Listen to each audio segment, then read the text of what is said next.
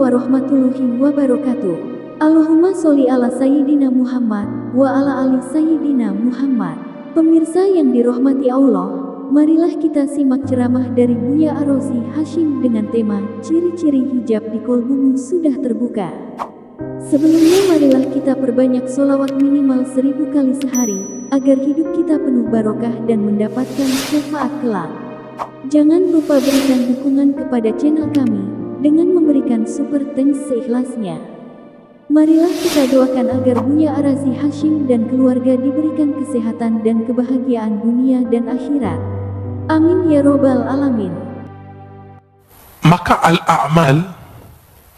amal itu masdaruhal qalb, tempat terbitnya adalah kalbu, tapi dia butuh bukti.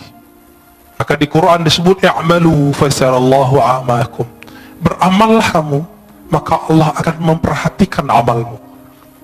Pertanyaannya, merasa diperhatikan Allah nggak tadi sholatnya? Berarti sholatnya belum ngamalin ayat ini. Coba mulai hari ini beramal itu karena ayat itu. Beramallah kamu, Allah akan pandang amalmu. Tapi apa yang Allah pandang? Maka ditaksis dengan hadis Nabi SAW, hadis Imam Muslim tadi dan Imam Bukhari juga ada yang semakna, bahwa Allah memandang ke kalbumu. Jadi yang dipandang itu bukan rukuknya, tapi ini yang disebut ahwal dalam ruku. Mesti ruku. Yang dipandang bukan sujudnya, sehingga jidat kita mulai sakit ketika sujud lama. Bapak kalau buka kopiahnya mungkin ada hitamnya. Bukan itu yang Allah lihat. Betul, beruntung kalau yang punya itu. Nanti malaikat maut pun mikir mau cabut, wah ini ahli tahajud ini kayaknya ya. Tapi bukan itu yang kita kejar. Kau bisa sembunyiin itu. Kenapa? Karena yang disebut simahum fi wujuhim min atharis sujud, itu artinya efek sujudnya itu terlihat di wajahnya. Apa efek sujud? Ketika orang sujud, dia lebih merendahkan wajahnya, otaknya yang doktor, otaknya insinyur, otaknya yang sarjana, otaknya yang hafiz, otaknya yang pinter itu dia taruh di mana? Di bawah bokongnya, di bawah tempat keluar najis semua. Maka orang-orang ini dihina orang tidak akan marah. Kenapa? Dia sendiri telah menghinakan dirinya di hadapan Allah Ta'ala. Bukankah kita, Bapak soft nomor 2, bukankah dibelakangi oleh orang yang soft depan? Itu kita sudah biasa menghina diri. Tapi kenapa kemudian jika disinggung orang sedikit ngamuk? Ini yang tidak wajar di kolbu. Berarti belum salah. Kolbunya belum saleh. Dalam kalimat ini dikatakan, jadi keadaan fisik itu selalu menerjemahkan keadaan kolbu. Jika kolbunya sedang tawadu, dia pasti ruku.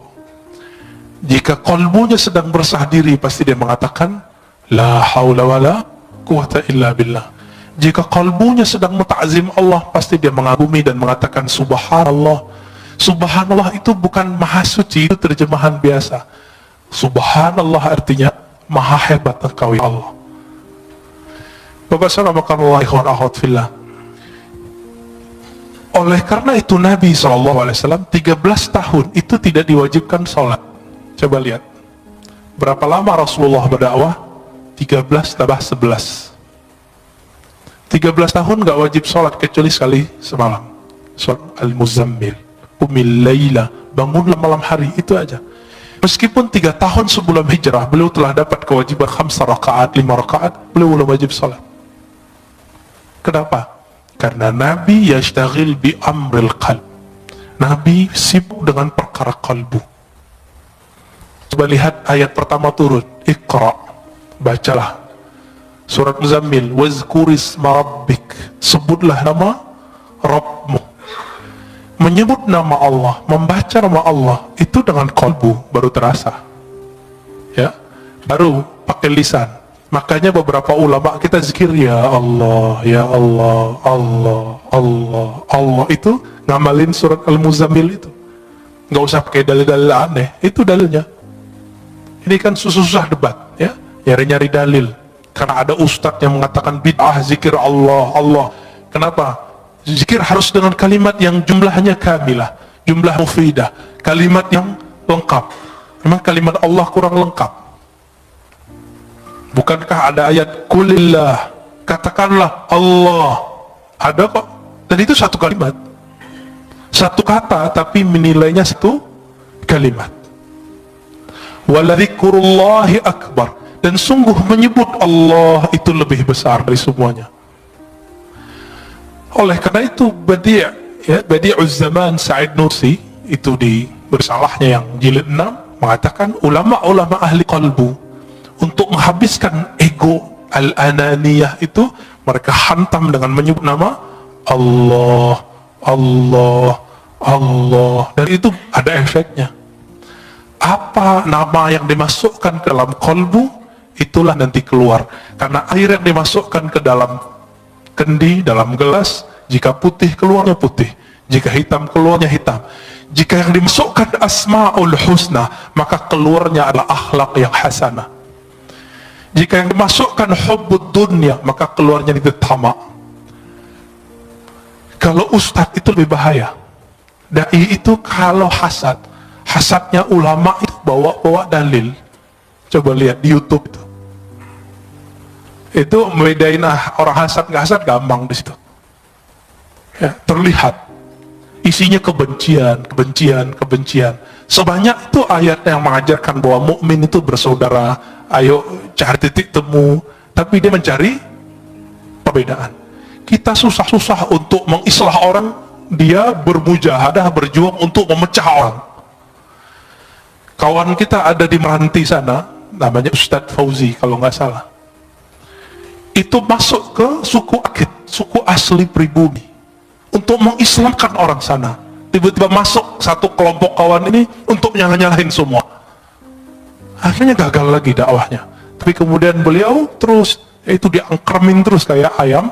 Mereka kan datang cuma sesekali, ini datang terus, ya. Bahkan tinggal di situ. Itulah khuruj fisabilillah selama-lamanya di situ. Dia nggak butuh lagi khuruj 3 hari itu, nggak butuh lagi khuruj 40 hari. Kenapa? Satu nafasnya telah khuruj, satu nafasnya telah jihad fisabilillah. Siapa yang berani, Pak, meninggalkan tengah kota, pergi ke pelosok, tinggal di situ? Ya, saya pun nggak kuat. Ya, semoga Allah jaga dai-dai kita di pelosok, di perbatasan. Amin ya rabbal alamin.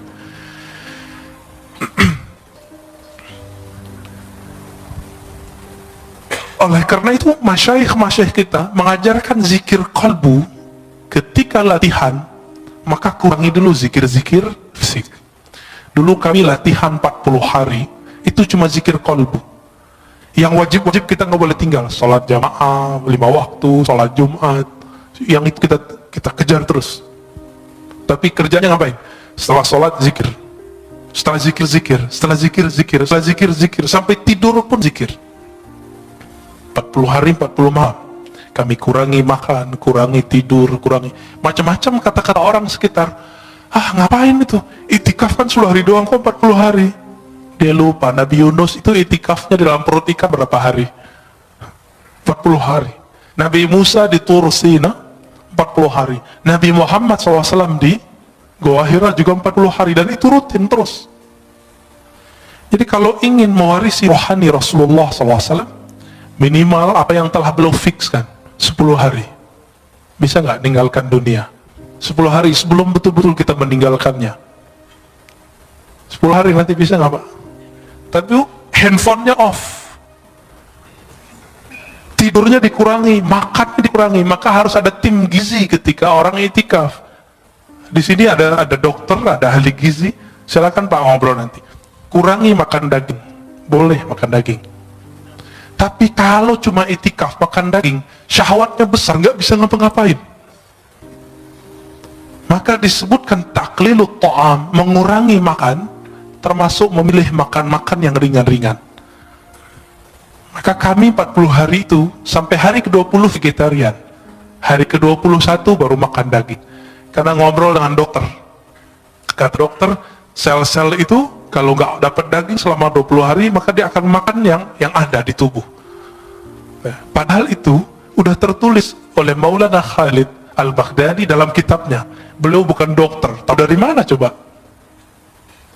tapi dapat ilham. Maka ilham qalbu jika dipertemukan dengan kajian-kajian ilmiah ketemu. Karena ilmu itu dari Allah Ta'ala. Ilmu dari Allah. Allah yang disebut Al-Alim, sumber semua ilmu.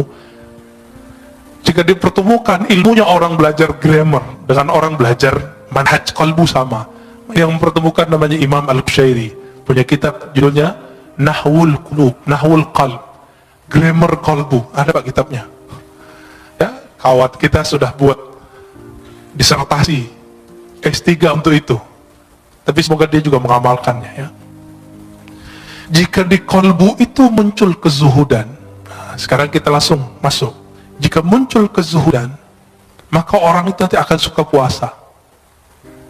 Jadi puasa itu efek warid yang datang ke qalbu. Apa arti warid? Anugerah rohani datang ke qalbu. Zuhud itu nikmat yang lebih besar dari dunia dan seisinya. Orang kalau sudah masuk zuhud ke qalbunya, hidupnya kenyang.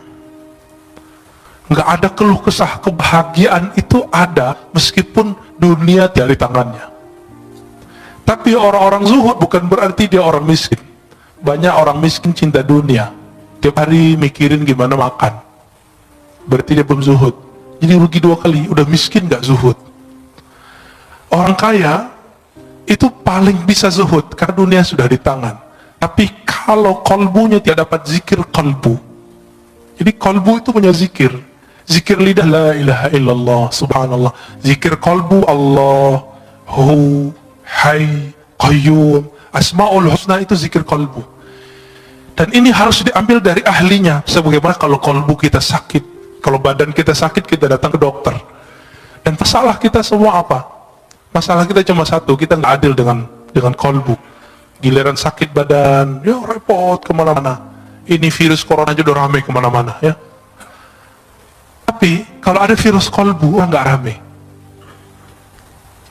Udah berapa tahun nggak khusyuk, udah berapa tahun tidak menikmati baca Quran, kok nggak datang-datang ke ahli qalbu? Waras nggak sih? Itu adil nggak? Ini yang disebut innallaha yuhibbul muqsitin. Maka Allah sebut orang-orang yang berilmu yang adil itu qaiman bil qist. Orang-orang yang berilmu itu dia betul-betul adil terhadap dirinya. Kita nggak adil. Cari dunia dari pagi jam 6, pulang pun jam 8, 12 jam. Tapi cari akhirat, kita ajak setengah jam aja, bilang apa? Ustadz, saya ini sibuk. Ada seorang ibu-ibu minta diajarkan zikir, kita ajarkan zikir. Terus bilang, Ustadz, nggak ada zikir yang ringan, saya ini sibuk. Saya tanya, ibu umur berapa? 70. 70 karyawati, pragawati, ASN. Enggak, terus apa sibuknya? Bingung juga dia.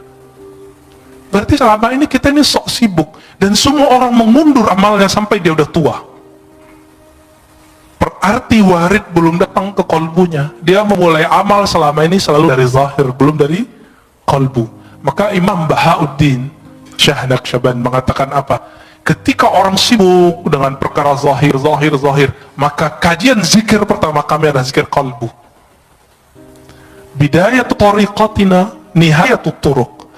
Awal dari cara zikir kami adalah akhir dari semua zikir yang dipelajari oleh orang-orang di luar. Itu manhaj beliau. Jadi orang kalau sudah sibuk zikir, salat baru zikir qalbu. Kalau beliau enggak, qalbu dulu. Kenapa? Ala wahyal qalb. Inilah zikirnya ulama-ulama ahli qalbu. Jika masuk ke qalbu itu al-hirs. Hirs itu ada kesukaan, kerajinan, ya, ada perasaan senang. Maka orang ini akan rajin tahajud, rajin sedekah, rajin semua zikir itu kayaknya ringan di tangannya, ringan di lidahnya. Bapak salah makan Allah. Dulu seorang kawan saya berdoa, Allahumma adim alaina zikrak. Ya Allah, dawamkan zikir kami kepadamu. Saya tegur, jangan doa begitu.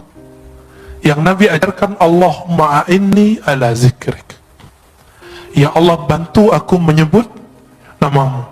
Karena Nabi tidak pernah mengajarkan, ya Allah, dawamkan zikir di qalbu kami. Itu mustahil kecuali Rasulullah sallallahu alaihi wasallam. Dalam sholat pun kita masih ingat saya, selain Allah Ta'ala. Jika yang datang di kolbu itu syauq, rasa rindu yang dalam, maka orang ini biasanya zikirnya mulai bergerak. Nah, zikir ini yang jarang datang ke kita. Minimal gerak matanya nangis, itu zikir rindu. Jadi rindu itu datang dulu ke kolbu, baru saat dia berzikir ada rasa nangis. Bukankah sebagian bapak ibu ketika mendengarkan imam kita tadi sholat teringat mana? Sudais, ya. Semoga Allah muliakan beliau. Amin. Kita teringat itu. Bagi mereka yang punya pengalaman sholat di belakang Sudais, dia rindu, dia bisa nangis. Itu baru rindu dengan imam dunia. Imam sholat di Mekah. Bagaimana imam la'imah Sayyidina Rasulullah SAW. Maka orang ini saat mengatakan Allahumma salli ala Sayyidina Muhammad, air matanya pasti mengalir. Itu yang disebut dalam syair-syair Hisan bin Sabit, kullul qulub, semua kalbu itu rindu kepada Nabi. Tapi bukti rindu itu hanya satu, dumu'ul ain. Ketika air mata itu berkaca-kaca, air mata itu mengalir. Atas dasar itulah ulama kita punya majelis khusus namanya majelis salawat, karena itu majelis kerinduan. Imam Ibn Arabi yang disesatkan orang di zamannya, dia jauh dari semua kesesatan itu karena beliau ahli hadis. Saya S1 meneliti beliau. Ibn Arabi menulis kitab Tarjumanul Aswaq. Sebelumnya beliau seorang ahli hadis, meriwayatkan hadis dengan sanad sendiri sampai ke Rasulullah. Berguru kepada Imam Bukhari di zamannya namanya Ibn Asakir, dan Imam Muslim di zamannya yaitu Imam As-Silafi. Imam Ibn Arabi menulis Tarjumanul Aswaq, terjemahan para perindu, kolbu yang merindu, dan salah satunya di situ ada kerinduan kepada Rasulullah Sallallahu Alaihi Wasallam. Orang yang rindu kepada Rasulullah pasti dia rindu kepada orang yang membuat dia rindu kepada Rasulullah. Siapa yang mengajarkan kita rindu kepada Rasulullah? Guru-guru kita. Guru-guru ini yang mengajarkan rindu. Maka rindu kepada Rasulullah itu bersanad. Ini yang Nabi katakan, tuba liman ra'ani wa amana bi. Tuba liman ra'ani wa liman ra'aman ra'ani. Beruntung orang yang memandangku.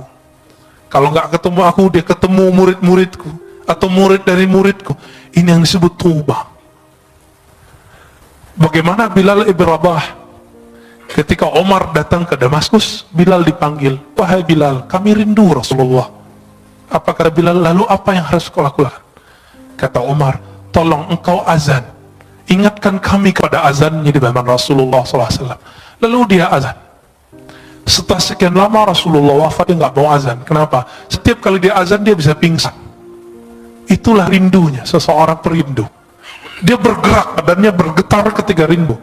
Kalau dia kuat, dia bisa terus. Jika tidak, dia pingsan. Dan Bilal bin Rabah sampai di asyhadu an la ilaha illallah, sampai di asyhadu anna Muhammadar Rasulullah. Ketika sampai di bagian itu, dia tidak sanggup lagi menahan tangisnya. Dia berhenti, tersenduh-senduh, baru dia lanjutkan. Bahkan di riwayat lain beliau pingsan. Itulah para perindu. Makanya zikirnya para perindu itu ada 3. Jika di mata dia menangis, jika di tubuh dia bergerak, jika tidak kuat maka dia pingsan. Inilah zikir-zikirnya qalbu. Karena sebab syauq datang, rasa rindu itu datang. Dan rindu itu sumbernya satu, al-mahabbah, rasa cinta kepada Allah dan Rasulullah. Bapak saudara makan Allah, terkadang kalau orang rindu itu gombal, benar nggak? Kalimat-kalimatnya aneh-aneh. Dalam ilmu zikir, ilmu qalbu disebut dengan syatahat. Apa arti syatahat? Kalimat yang melompat dari mulut karena gejolak-gejolak rindu dalam kalbu. Jika seseorang merasakan rindu tersebut, maka muncullah syatahat. Inilah yang muncul pada Imam Junaid, Imam Abu Yazid al-Bustami, bahkan imam seperti Al-Hallaj. Al-Hallaj mengatakan, ma fi jubbati illallah, di jubahku hanya ada Allah. Dia tidak dihukum karena dia ngomong itu. Tapi dia ketika mengatakan haji itu cukup di rumah, tapi itu ternyata bukan perkataan dia. Jadi dulu karena buku tidak ada copyrightnya, salah satu bukunya tentang asrar haji disalin oleh orang tertentu, lalu ditambahkan di situ, haji tidak perlu ke Mekah, cukup di rumah.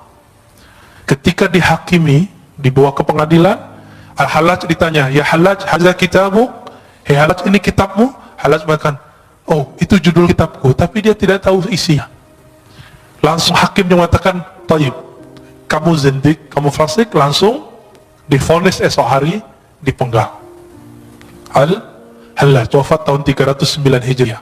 Kata Imam Al-Ghazali, seandainya aku jadi qadhinya, jadi hakimnya, tentu aku tidak akan mau hukumi gantung baginya. Itu kata Imam Ghazali. Tapi ya sudah, ya, tilka ummatun qad khalat laha, ya, ma kasabat. Kita lanjut sampai jam berapa? Masya Allah. Nanti sholat syuruknya diundur, ya. Ngaji lebih afdal daripada sholat. Imam Ibnu Majah meriwayatkan dari Nabi SAW bahwa mempelajari satu bab ilmu lebih afdal dari sholat 100 rakaat. Ya. Baik. Jika yang muncul di qalbu itu al-khawf, dia juga nangis. Apa arti khawf? Rasa takut. Tapi bedanya, al-khawf ini beda dengan syauq. Jika syauq bikin orang bergetar, tapi kalau khawf tidak, bikin orang diam. Ada lagi raja. Raja itu harap. Jika orang berharap, Allah menerimanya. Bapak salah makan Allah, kita ini semua punya dosa, benar gak? Mulai dari ujung rambut sampai ujung kaki. Tapi apakah dengan dosa itu kita berhenti beramal? Enggak. Masih ingat Salahuddin Al-Ayyubi? Salahuddin Al-Ayyubi, seorang pejuang hebat, raja di zamannya, sultan, itu pernah meminum khamar. Kata Imam Zahabi dan Siyar A'lamin Nubala, kana yashrabul khamr. Dulu Salahuddin ini nggak sholah, nggak bagus. Ngapain dia? Namanya kan Ayub atau Yusuf, ya. Salahuddin ini dulu suka minum khamar. Orang kalau minum khamar pasti zina. Orang zina ya lanjut judi, semuanya lengkap. Nakalnya bukan main. Maka jangan, kalau ada anak muda hari ini malam-malam kita lewat, dia minum khamar, dia jahat, jangan benci dulu. Siapa tahu nanti dia jadi mujahid fi sabilillah. Jangan benci dulu. Ya, tadi kita pas lagi nyetir, tiba-tiba ada yang, ya anak orang pakai motor truk-truk, ya, suka-suka dia. Saya mikir jangan-jangan ini Salahuddin menghibur diri, biar husnuzan, biar gak benci. Siapa tahu. Kita punya sahabat dulu peminum, suka narkobaan, sekarang Masya Allah kamal zikir banyak, bahkan ada yang sudah menjadi ustadz, banyak, ya. Jadi jangan hukumi orang dengan waktu dia bermaksiat. Siapa tahu itu maksiat terakhirnya. Jangan pernah sucikan orang dengan amalnya. Siapa tahu itu amal soleh terakhirnya. Besok dia maksiat terus. Tapi semoga itu tidak terjadi. Maka Bapak saudara makan Allah, jika di Quran lebih dari 100 kali Allah membicarakan kolbu, kenapa ajaran-ajaran kolbu tidak dominan dalam kajian-kajian kita? Yang dominan apa? Kajian fikih, sunnah, bid'ah, ingin memperbaiki kolbu, tapi yang terjadi keras kolbu. Ini coba aja, kita udah tahun-tahun ngaji sunnah bid'ah. Apa yang terjadi? Kolbu keras bukan main. Karena Rasulullah awal ngajar orang bukan ngajar sunnah bid'ah. Yang pertama diajar oleh Rasulullah apa? Kolbu.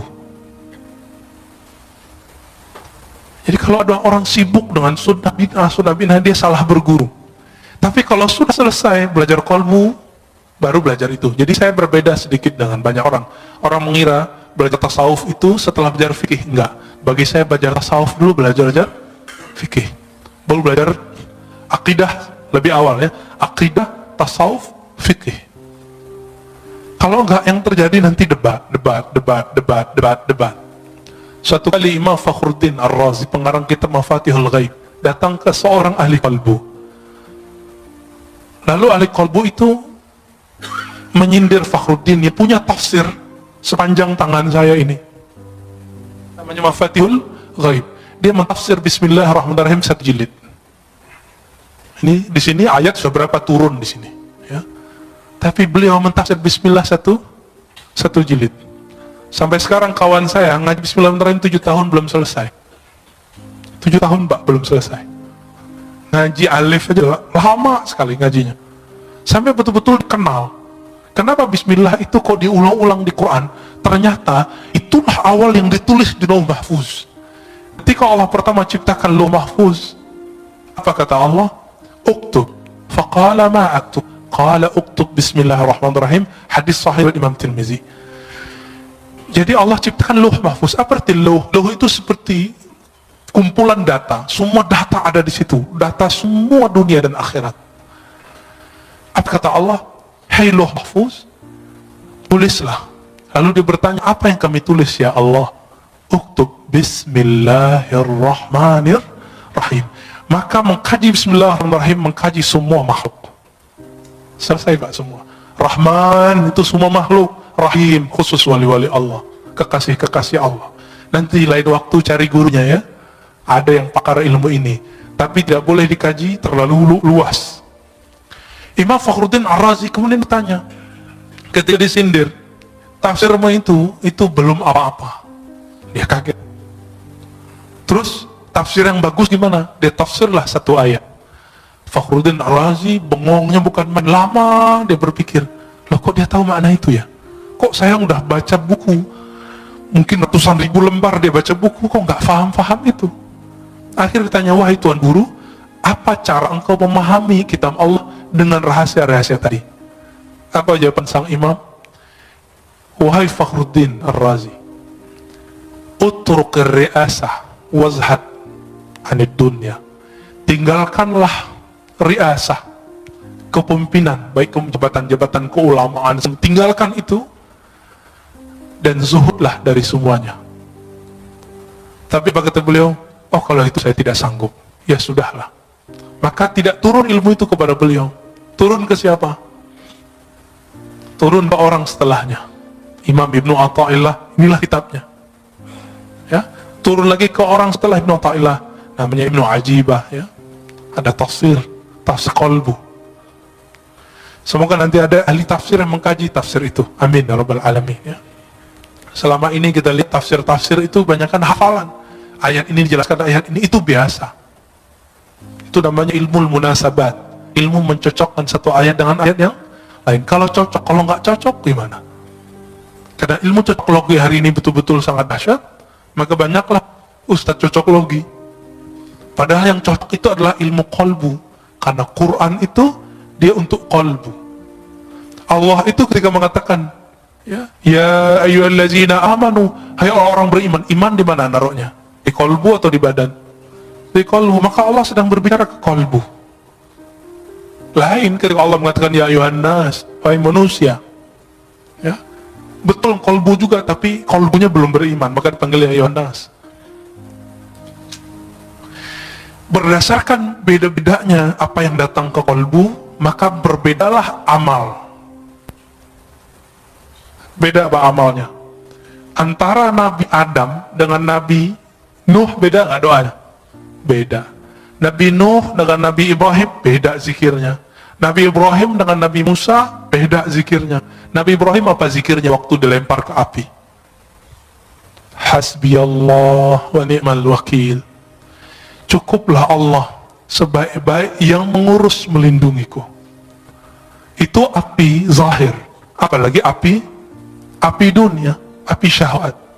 Maka salah satu cara terapi orang untuk melemahkan syahwatnya adalah, mengendalikan syahwatnya adalah hasbiyallah wa ni'mal wakil, atau hasbunallah wa ni'mal wakil. Dizikirkan 450 kali setiap hari. Ini zikir yang diajarkan Maulana al-Imam Abdul Hasan Syazili. 450 itu dikit Pak. Orang bisa handphonean, smartphone, bisa Instagram di setengah jam kok. Baca hasbunallah wa ni'mal wakil itu paling 15 menit beres. Itu qalbu udah kenyang itu. Ini yang diwariskan para nabi. Siapa yang zikir hasbunallah wa ni'mal wakil, dia akan menjadi pewaris Nabi Ibrahim. Siapa yang zikir la ilaha illa anta subhanaka inni kuntu minaz zalimin, dia telah mewarisi rohani Nabi Yunus. Kenapa Nabi mengatakan al-ulama warasatul anbiya? Setiap ulama itu dia mewarisi rohani Pak Nabi. Nabi tidak doktor, Nabi tidak baca kitab, Nabi baca yang di kolbunya. Maka orang yang mewarisi kenabian itu mewarisi kolbu Nabi sallallahu alaihi wasallam. Maka jangan andalkan gelar-gelar kita. Udah lewatin semua itu. Tanya ke dalam kolbu, aku mewarisi Nabi siapa? Dan orang yang disebut kutubul aulia, wali paling poros, yang keberkahan bumi itu karena doa-doanya. Jika Imam Ibrahim bin Adham mengatakan, ya ashabal hadis, wahai ahli hadis, tolong doakan kami, bikum tudfa'anna al-masaib, karena kalian musibah-musibah Allah jauhkan dari kampung kami. Oleh karena itu para imam kita sebagai disebut oleh Imam Zahabi mengatakan aqrabut turuq ilallah al-hadis, talabul hadis. Salah satu jalan pintas menuju Allah adalah belajar hadis. Karena Allah belajar hadis nyebut sanad dari fulan, dari fulan, dari fulan, dari Nabi, dari Jibril, dari Allah Ta'ala. Itulah sanad Quran, sanad hadis qudsi, sanad hadis Nabi sallallahu alaihi wasallam. Imam Ahmad mengatakan al-qurbu ila Rasulillah qurbun ilallah. Orang yang punya silsilahnya dekat ke Nabi, dia telah dekat kepada Allah Ta'ala. Maka Bapak Saudara, Allah, karena ahwal qalbu itu beragamnya datang, maka di antara ulama itu ada yang ahli ibadah. Kenapa? Yang muncul di qalbunya hirs, doyan ibadah. Nah, ini yang terjadi pada kawan-kawan saya yang senang khuruj, ya, senang wiridan. Jangan salahkan dia, tegur saja dia kalau kelebihan. Ya, mungkin dia beramal tidak dengan ilmunya, dilupa kalau punya anak istrinya, ya, tegur aja baik-baik, kasih nasihat, jangan depan orang. Ketika yang masuk ke kolbu itu asyauq, maka orangnya akan suka berdendang, bersyair, bersalawat. Maka muncullah dalam peradaban Islam Barzanji, muncullah syair-syair Imam Ibn Farid, ya, muncul semua itu. Maka syair-syair di Jawa muncul apa namanya macapat, ya, yang mau copot, ya, itu yang dari Sunan Kalijaga. Itu wali Allah besar, Pak. Beliau berguru kepada ulama keturunan Samarkand, Syekh Mahudum bin Ibrahim, yang kita sebut dengan Sunan Bonang. Saya ziarah ke kuburan beliau yang di Bawean. Itu yang asli, Pak, di situ insya Allah. Yang di Tuban itu mungkin petilasannya, wallahu alam, ya. Kalau orang pakai kolbu, dia tahu tuh, ya. Kawan saya tanya, kok aku sering ziarah ke Tuban, kok nggak ada efek apa-apa, ya? Biasanya kalau assalamualaikum tuh ada rasanya. Oh, dia lagi gak di tempat, gitu. Akhirnya saya doa, ya Allah tunjukin saya di mana aslinya. Ternyata setelah itu diundang oleh salah satu guru kita, Buya Abdul Halim, ya, yang punya istri di sana. Udah ke sana, Pak? Udah ke sana, Pak, ya. Ya. Datang ke sana itu dahsyat sekali. Tapi jangan lupa ziarah, karena di sana manisnya dari situ. Sampai di sana ternyata Buya Abdul Halim belum pernah ziarah. Saya tanya, Buya, anterin saya, ya. Wih, di sini ada dua. Ah, bukan yang di tepi pantai, yang di hutan. Saya bilang gitu. Akhirnya kita ke hutan. Nggak hutan-hutan amat kok, Pak, hutannya kecil kok, ya. Masuk dan itu terasa nikmat, terasa ada kontak batin. Karena jangankan para wali, para syuhada pun mereka tidak mati. Wala taqulu liman yuqtalu fi sabilillahi amwat. Dan itu hanya dirasakan oleh ahli qalbu. Cinta itu hanya dirasakan oleh orang yang cinta, sebenarnya benci dirasakan oleh orang-orang yang hasad. Maka kebeningan qalbu akan bisa merasakan ahli-ahli qalbu. Coba rasain, Pak. Guru kami berpesan makna hadis, zurul qubur fa innaha tuzakkirul maut. Ziarah kubur karena itu bisa mengingatkan kepada kematian, lintas dimensi langsung maksudnya. Maka orang yang suka ziarah kubur, rohaninya akan tembus ke dimensi yang lain, masuk ke alam-alam yang lain, sadar atau tidak. Tapi kalau udah jauh dari kubur, membid'ahkan kubur, menyebut orang ziarah kubur kuburiyun, maka siap-siap kamu nanti ketemu Rasulullah. Rasulullah akan memarahi dan menghardikmu dan mengatakan, aku sayyidul kuburiyin, Akulah orang yang paling sering ziarah kubur. Nabi ziarah kubur kapan, Pak? Malam. Dan hampir setiap nginep di rumah Aisyah radhiyallahu taala anha. Berani bilang Nabi Sayyidul Kuburiyin, penyembah kubur. Hati-hati, pemuja kubur, hati-hati. Semua yang kamu lafazkan Allah hisab. Kalau kalbu nggak nyampe, nggak usah ingkar. Imam Sya'rani telah nulis berkali-kali kata beliau, kalau kamu tidak faham, jangan ingkar. Sekali kamu ingkar, haramallahu alaika, Allah haramkan bagimu untuk merasakan itu. Makanya kalau udah benci sama kita, benci sama kajian kita, nggak nyaman, Pak. Langsung keluar. Ngelihat imam kita doa aja langsung keluar. Nggak bisa husnuzon, nggak bisa menikmati perbedaan faham. Betapa sempitnya kalbu, padahal kalbu itu lebih luas dari dunia dan seisinya. Hadis meskipun dhaif, tapi ulama mensahihkan maknanya. Mawasi'ani ardi wala samai. Aku ketika memandang ke langit dan bumi tidak sanggup menahan pandanganku. Itu yang disebut Allah ketika memberikan amanah kepada langit dan bumi, semuanya nolak. Inna wasi'ani, yang sanggup menerima pandangan itu adalah qalbu abdi al-mu'min, qalbu hambaku. Ada kalimat hambaku di situ, al-mu'min, yang dia beriman. Makanya orang-orang yang beriman ini qalbunya lapang, hidupnya tenang, pikirannya masya Allah, ya, nggak ada kepanikan di qalbunya, ya, nggak rusuh.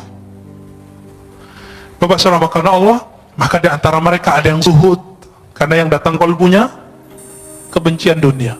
Di antara mereka ada yang muridin, ada yang wara, ada yang arif. Puncaknya nanti arif. Nanti tanyalah ke Kiai Ahmad Shadiq, itu arif itu apa sih? Atau ke kiai-kiai yang lain, ada siapa? Kiai Luqman ya, ngajar di sini juga. Ya, Kiai Luqmanul Hakim. Nah, itu orang-orang ahli kolbu semua. Sebenarnya beberapa banyak masih ahli kolbu. Silakan dicari sendiri atau tanya ke ahli kolbu siapa mereka. Ya. Ini belum selesai sebenarnya, tapi udah cukup lah ya. Mau ada tanya jawab? Oke. Orang yang nanya itu lagi ya. Silakan Pak.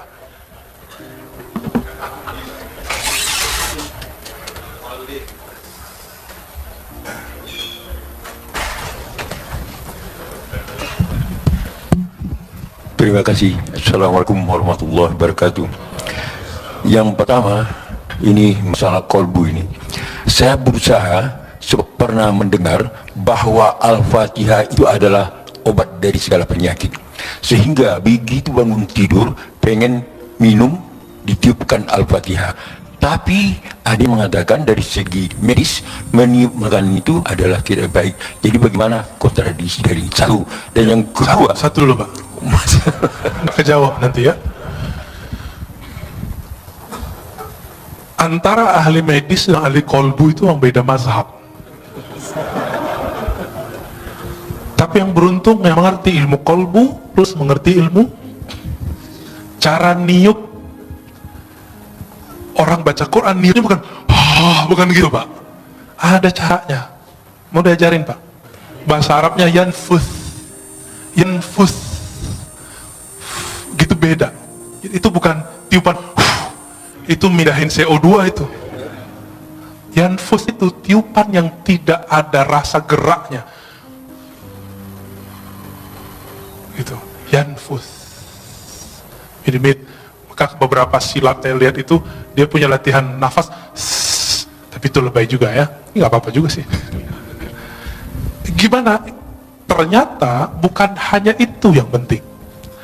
Bapak kalau saya kirimin WA, saya bilang, Bapak hebat ya, ahli tahajud, mujahid fisabilillah, semangat Pak. Tapi saya bilang, cemen lo, soalim. Itu di WA. Kalau Bapak baca, ada efek nggak? Ngefek ke badan nggak? Waktu pengurus diteror waktu 2 tahun lalu, atau 3 tahun lalu, karena mencoba menetralisir kajian, itu WA bikin rusuh itu Pak, bikin gundah. Benar nggak? Kalimat-kalimat itu punya energi kalau dibaca, apalagi kalau dilafazkan, apalagi kalau dihembuskan. Kenapa? Karena energi-energi yang ada di situ dia bisa tersimpan. Coba lihat flash disk, dia bisa nyimpan data. Handphone bisa nyimpan data, maka semua benda-benda itu bisa nyimpan energi, data-data itu. Semuanya bisa nyimpan data. Kenapa sendal Imam Ahmad itu bisa mengeluarkan jin? Seorang laki-laki datang, ya Ahmad, ya Aba Abdullah, anakku, putriku sering kesurupan, kayaknya dipaksa nikah kayaknya. Rata-rata kesurupan, survei kita 70%, survei langsung, itu karena stres, ditekan. Di pesantren, kalau pesantrennya terlalu keras, kurang menikmati anak kita bisa kesurupan, Pak. Di asrama, di sekolah, apalagi dipaksa nikah sama, dipaksa kerjaan sama, atau lagi pergi berkemah itu ada tekanan, nanti orang itu kesurupan. Itu stres. Tapi kalau ini bukan, ini gangguan sihir. Udah stres, kemasukan jin. Apa katanya? Maaf, saya lagi sibuk, ini sendalku, tolong bawa, ketuk aja kepalanya, jangan digambar gitu ya, ketuk kepalanya. Akhirnya dia datang pulang, dia ketuk kepala si putrinya, langsung sembuh. Apa hubungannya sendal lama? Jadi ulama-ulama ahli kolbu itu untuk mengurus orang kesurupan nggak perlu baca ayat, Pak. Karena dibacain ayat, jinnya juga hafiz. Diulang lagi hafalannya semua. Dia butuh memori kolbu yang tersimpan di situ. Maka caranya bukan dihembus gitu Pak ya, ditiup. Ini saya tunjukin.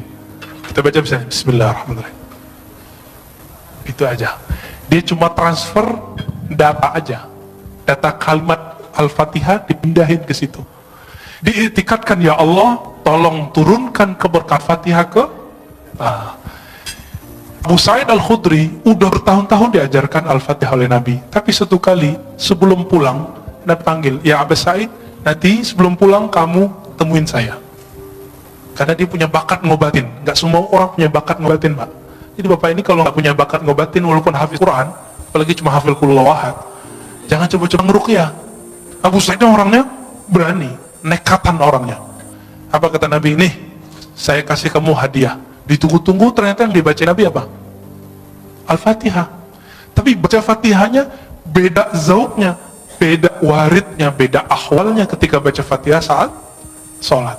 Saat sholat baca Fatihah itu isinya adalah khudu, kerendahan kolbu. Di saat ini ada zikir obat di situ. Muncul sebuah riwayat hadis dhaif, Al-Fatihah shifa'un min kulli da'. Fatihah itu obat segala penyakit. Hadis dhaif, tapi Imam Ibnu Qayyim, murid Ibnu Taimiyah, Imam Salafi mengatakan apa? Ini mujarab. Fatihah itu mujarab. Bener Pak, mujarab Pak. Coba aja Pak. Terus gimana lagi setelah ditiup? Tutup dengan salawat, Allahumma shalli ala Sayyidina Muhammad wa ala ali Sayyidina Muhammad. Lalu minta doa, ya Allah, berkahi ayat ini, jadikan dia obat untuk tubuhku, badanku. Gitu Pak. Jadi jangan pindahin CO2-nya. Oke? Ya. Yang kedua, satu lagi aja. Tambuh. Tambuh, Cik. Begini Ustaz. Jadi di dalam kita menetralisir diri ini, kami sering praktik bahwa menangis itu adalah lambang kecengengan. Jadi kami berusaha untuk tidak menjadi orang cengeng bagaimanapun perasaan, untuk berusaha tidak menangis, sehingga memang sulit untuk menangis. Sedangkan dikatakan kamu membaca Al-Quran itu cobalah menangis, kalaupun tidak bisa menangis berpura-pura menangis. Nah, kontradiksi lagi. Bagaimana sih? Hadis Iqra al-Quran wabku alaihi fa illam tabku fatabaku. Itu hadisnya dhaif tapi boleh diamalkan. Bacalah Quran, menangislah. Jika kamu tidak sanggup menangis, maka kenapa susah nangis? Karena nggak pakai kolbu. Coba urus dulu kolbunya. Nanti Pak, kami 40 hari, saya cuma diizinkan sebelum maghrib baca Quran sama guru saya. Kamu obatnya sekarang kolbu dulu. Fatihahnya, ayat yang lain nanti aja dulu. Dosisnya nanti. Maka saya dulu waktu umur 13 tahun, karena ada kewajiban sekolah harus hafal as-sajadah, sebelum maghrib saya baca as-sajadah, baca aja. Tahu-tahu 40 hari udah hafal. Ketika selesai 40 hari, selesai zikir kolbu, saya baca Quran. Baru di Bismillahirrahmanirrahim, udah gak sanggup baca lagi. Tersenduh-senduh. Cengeng gak? Enggak. Saya saat itu merasakan yang ngirim Quran itu ngomong, lagi kirim. So, di zaman-zaman dahulu, zaman-zaman masih pakai surat, kalau orang rindu, maka dia bukalah surat yang ada di lemari, surat dari kekasihnya. Masih ingat gak? Dibuka, beberapa orang nangis. Dulu saya masih ingat, bapak saya pertama saya ke Jakarta, itu kirim surat, Ananda gitu ya. Itu surat saya simpen itu. Sekarang karena pindahan nggak tahu nih, masih ada, kayaknya masih ada. Ya. Kalau saya rindu, dulu kan belum ada handphone seperti sekarang. Saya buka aja itu bisa nangis, Pak. Kalau surat dari ayah ibu bisa bikin nangis, bagaimana dengan Allah yang mewasiatkan untuk berbuat baik ke ayah dan ibu? Lebih nangis lagi. Nah, maka munculkan dulu zikir qalbunya, baru kita. Nah, inilah ayat pertama. Iqra bismi rabbik. Bacalah nama Rabbmu. Jangan pakai dengan. Dengan itu kalau bahasa Indonesia kesannya dengan nama.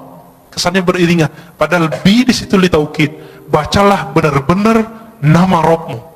Siapa nama Rabb kita? Allah, itu zikirnya. Allah.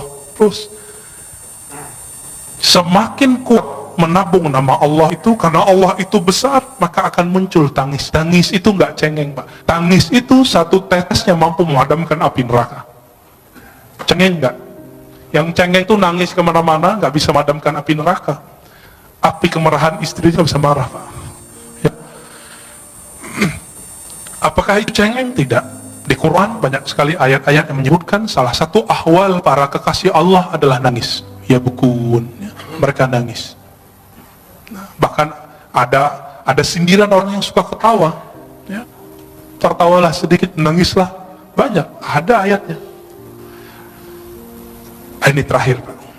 Imam Al-Hafiz Abdul Awwal Abul Waqt As-Sijizi Al-Harawi, guru dari Ibnul Jauzi, guru imam ahli hadis, pakar hadis palsu, didatangi oleh seseorang. Dia pengarang kitab Arba'un Al-Buldaniyah. Ketika dia datang, dia bilang, wahai tuan guru Abul Waqt Abdul Awwal, aku sudah lama ingin ngaji kepadamu, dan aku beruntung dapat keberkahan semajlis denganmu. Mendengar itu, Imam Abdul Awwal langsung nangis. Apa kata beliau? Lau arafta, kalau engkau mengenal aku, mazurtani, engkau tidak akan ziarahi aku. Kalau engkau tahu aibku, engkau tidak akan memandang keberkahan ada padaku. Lalu beliau nangis dan semua yang hadir nangis. Apa kata beliau?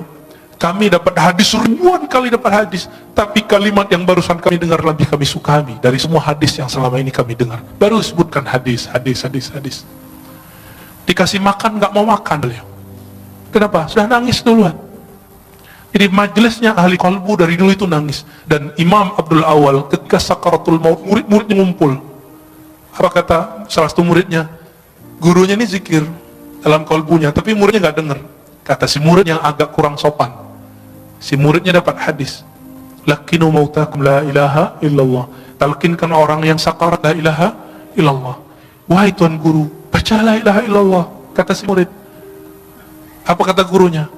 Aku sudah di dalamnya, ngapain kamu tegur-tegur lagi? Aku lagi asik, jangan diganggu lagi. Lalu terus menyebut Allah, ya Allah. Dan ketika Allah itu terus dibaca, dan belum meninggal dalam keadaan menyebut ya Allah. Udah. Inti la ilaha illallah di mana? Allah. Kalau nggak ada kalimat Allah, ada nggak la ilaha illallah? Nah, inilah talqin pertama yang saya dapat dari guru saya, Syekh Muhammad Nuruddin, yang tadi saya cerita di awal, yang ketika beliau wafat jadi hujan lebat. Apa kata beliau? Zikir itu intinya satu, Allah. Karena semua zikir Allah melahirkan la ilaha illallah paling tinggi, lalu bawahnya Allahu Akbar, lalu bawahnya Subhanallah, lalu bawahnya Alhamdulillah, lalu di bawahnya la haula wala quwwata illa billah, semuanya Allah, Allah, Allah. Maka kalau zikir nggak ada Allahnya, zikirnya hampa. Maka mulai dari zikir qalbu, insya Allah qalbunya selamat.